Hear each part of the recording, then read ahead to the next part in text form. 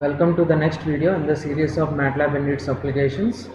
In the last video, we have discussed about how to create the data and how we can change that particular data by defining the variables in the MATLAB itself. Okay, so in this video, we are going to see another method on how to create the data and save the data to the external data files, and also how we can import the data from the outside files to the MATLAB.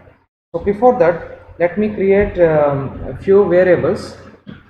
So just I want to create a variable a equal to 8, so and b equal to, let me create a row vector, and c equal to a column vector, and d equal to, you can create a 2 by 2 matrix. Okay,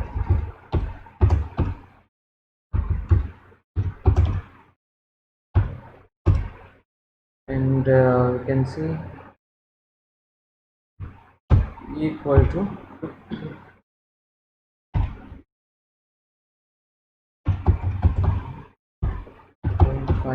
the third element. I don't have a number, I will just give not a number. Okay, let me do. So I have created total 5 variables, and whatever the commands you are executing and defining the variables, so that variables will be shown in the workspace. Okay, so totally 5 variables has been seen here in the left side corner. We have a total 5 variables has been created and the values has been stored, and it will show you the sizes. So a is a scalar, and now b is the row vector, and c is the column vector, and d is a 2 by 2 matrix, and e is the 2 by 3 matrix. Okay, so like this we have a different data now in the MATLAB. So we will just clear the command window by using clc clear commands, or otherwise you can use this option also. So in the last video we have created the data just, and we can modify the data in the MATLAB itself. But for suppose if you want to save the data and I want to use the data again in the later programs, then I have to save this data first of all in the particular data file. Okay, so I am going to use the different instructions to save the data. So here, whenever you are directly saving the data, you can save this data, or the MATLAB will save the data into the .mat extension files. Okay, so let me create the save command. So before that also you have to see what is the current folder and where you want to save that file. You have to choose that one. So let me go for browsing this folder. So I will just go to the desktop and we will create a folder here. So this is my folder. I want to save my data files here. So let me create a save command. So save, I want to give the file name. So what is the file I want to create and what is the data in that file, right? So my variable, so I just created my variable file name. I want to save it in this folder. So after writing this save, so just write this one, and afterwards, for suppose if I want to create only one variable from this file, so I have to write the file name, and I will just mention what is the particular variable I want to save in that file. So I was giving you a variables, and let me press enter. So whenever I press enter, so you see in the left side the my variable .mat file extension with the data file has been created, and the data is present in that particular file. So what data is there is nothing but only a variable a. So let me save another file, save my variables. Okay, and now presently in this command I am not going to give any particular variable name, so I am just going to give only the file name and press enter. So now it was creating another file in the current folder, that is my variables. So I have two files now. So one is the my variable and another one is the my variables. Okay, now let me clear the command window clc, and also I want to clear the data here in the workspace. So if you want to clear the data, I can use the command clear and press enter. So clear command can be used to clear the data from the workspace. Okay, or otherwise you can use the option from the home tab, clear workspace and variables. Okay. So now I want to load the particular data which I have saved before. Okay. So we have an instruction called load. So in this load, again we have two options to load the variables from that particular data file. So first, suppose if I want to load only the first file, let's say my underscore variable. Okay, so load my variable, I want to load it and press enter. Now you see here, before I have written only save my variable means my variable and I given the variable name, particular variable name. So at that time only a has been stored in that first file. So whenever I am loading the my variable file, I am getting only one value because I have stored only one variable or one data in that particular file. And next again I will go for load my underscore variables. Now I want to load the data from the second file, okay, my variables, but from the second file I just want only one variable because I have total 5 variables are there, but I need only one variable of data. So I will just write b and press enter. Now you see in the workspace, whenever I am loading this one, try to load it, only the b variable has been loaded into the MATLAB because I called only the b variable from that particular file. So no need to, you can just load a particular variable or otherwise you can load all the variables once at a time, okay, into the MATLAB. So I will write another instruction, load my underscore variables. Now I am not defining any particular variable, I want to get all the variables. So I will just write the file name and leave it as it is and press enter. So now you see in the workspace, complete all the variables which was stored in the .mat my variables file has been loaded into the MATLAB. Okay. So like this, you can save the data from the MATLAB and also you can load the data from the .mat files. And whatever the data saving and loading from the MATLAB will be stored in the .mat files. Okay. Like this. And also you can modify this data also. Let me say there is a E here. Okay, so just double click the E, right? So it will open the, now you see here in this matrix I have given, I didn't given any one number in that third column. Okay, so I want to change this number, not a number, I will give one particular number 9. Okay, so now I have given the number. Now after changing the data in that particular variable, you have to save that data again. Okay, otherwise the data will not be saved. So again I have to save this data to the particular file. So save my variables, right? And afterwards you press enter. Now the data has been saved. So I will just clear this. I will close the editor and also I will clear the workspace. Okay, now again I want to load the data from my variables and press enter. Sorry, there is a spelling mistake. So my variables. So now you see, now previously when you check the data E, if you want to check any variable data, press only just enter the variable name and press enter, you will get the data. So previously the last element in this matrix has been not a number, so there is no element. So now you see the 9 is there. So that means you can modify the data of any matrix and again you can save that data to the same file and again you can load it into the MATLAB and you can use it. Okay, so like this we have a different options to save the data and load the data in the MATLAB by using the .mat extension files. Okay, so let me clear all these things. So now this is one type of saving and loading the data, and when you are coming to the importing the data from external files, that means as I told you, the MATLAB can import the data from the outside files, like we have a different file extension like text file, Excel file or JPG files, okay, or CSV files. So we have a different data files are there. So from those data files we can import the data into the MATLAB. Okay, and also we can create the data in the MATLAB and we can export the data into those files. Okay, but whenever you are exporting the data is must not be a variable. It must be like in the form of a table.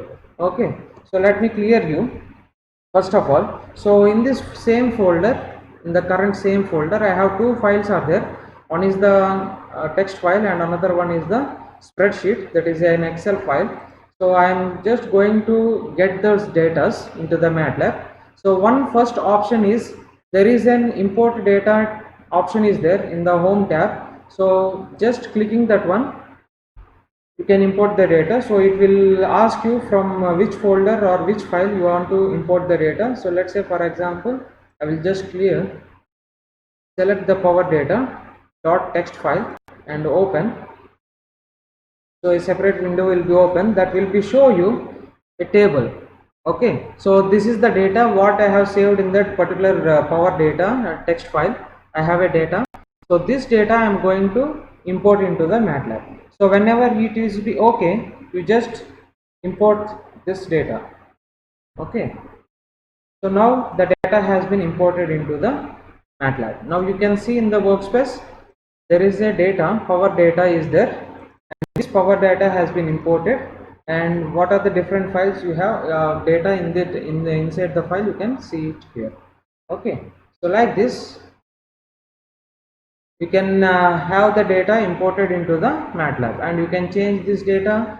Okay, you can modify it and you can save it, whatever may you like, you can do the things, right? So like this is the easiest way of importing the data. Okay, or otherwise there is another option. So let me clear the workspace. So for suppose if you want to import the data by using the commands, then we have a different commands. So for getting the data we can use the command called read table. Okay, so use the command called read table, and in the brackets you can open the quotes and you can write the file name power underscore data. Okay, dot txt file. So close the quotes and press enter.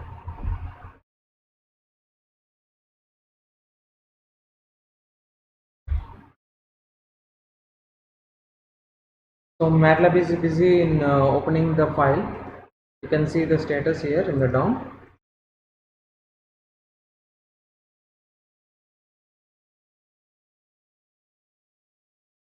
It was reading the file, so that's why it was taking time. Now as you see here, the complete data has been opened and it created as answer ANS. That means I written the instruction directly here. That means I am not saving this table in any variable. So that's why it was creating answer as a variable. So let me clear all these things. So again I will create one variable a is equal to read table. Okay, file name, so power underscore data dot. So now I want to import the data from the Excel file, XLSX. So this is the extension of the file. So now press enter. So now MATLAB is reading the data.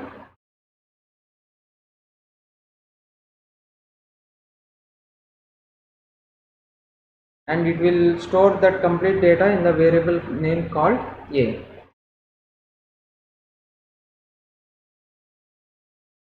So now you see here the complete data in the Excel file has been read and it was stored in the variable name A in the workspace, and the type of the value is a table. Okay, so whatever the data you are importing from the external files, all those data will be in the form of a table. Okay, or otherwise the data cannot be retrieved from the external files. Okay, it is in the form of a tables, and also whenever you are creating the MATLAB data files into the another, that means you are exporting the data into the Excel or text file, that must be a table form. Okay, that may not be like a matrix form and all. Okay, so if you want to write any matrix form or any variable separately into the external files, then there are separate instructions to do that.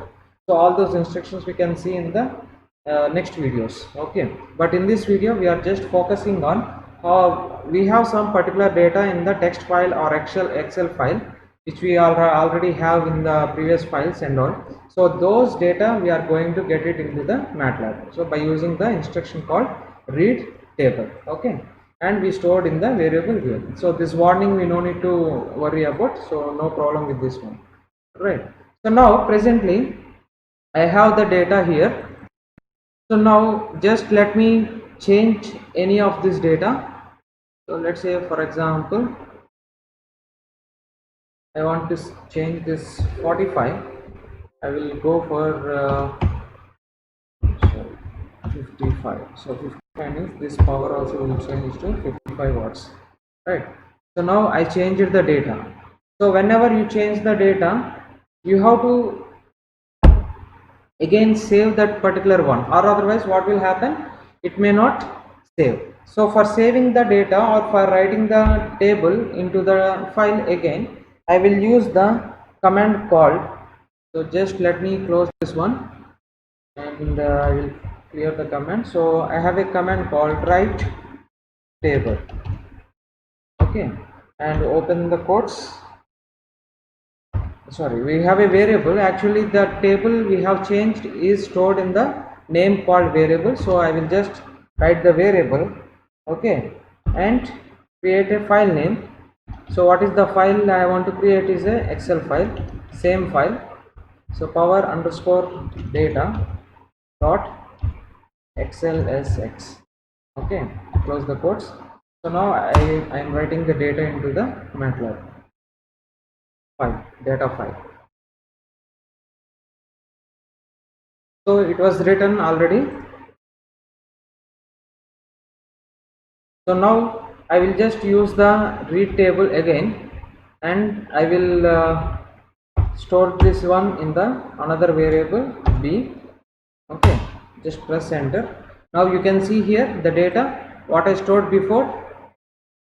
I changed the modified value, so I changed it to 55 here. Okay, so this value has been changed, right? So like this you can get the data from the different files, or otherwise you can save the data from the this MATLAB also to those external files.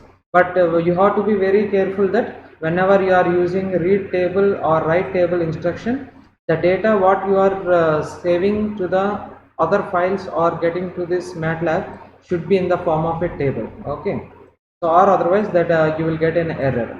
But for remaining variables to store, whether you want to store a particular variable or matrix or a row vector or a scalar values, then you have to use a different types of instructions. Okay, so those things we are going to see in the next video, right?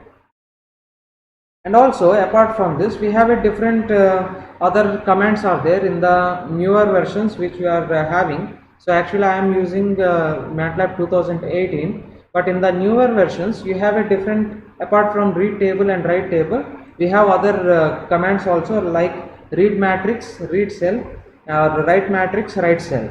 So those commands also can be used to get the data into the MATLAB from the external files.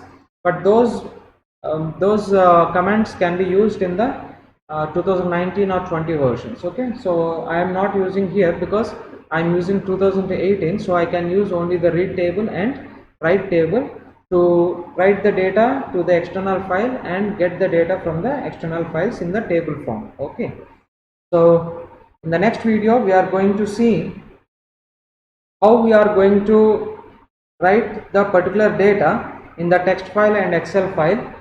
Okay, like a matrix form or any other different variables, how we can write it, or how we can store in the different files, and how we can get it back to the MATLAB by using a different types of commands. So that we are going to see in the next video. Thank you.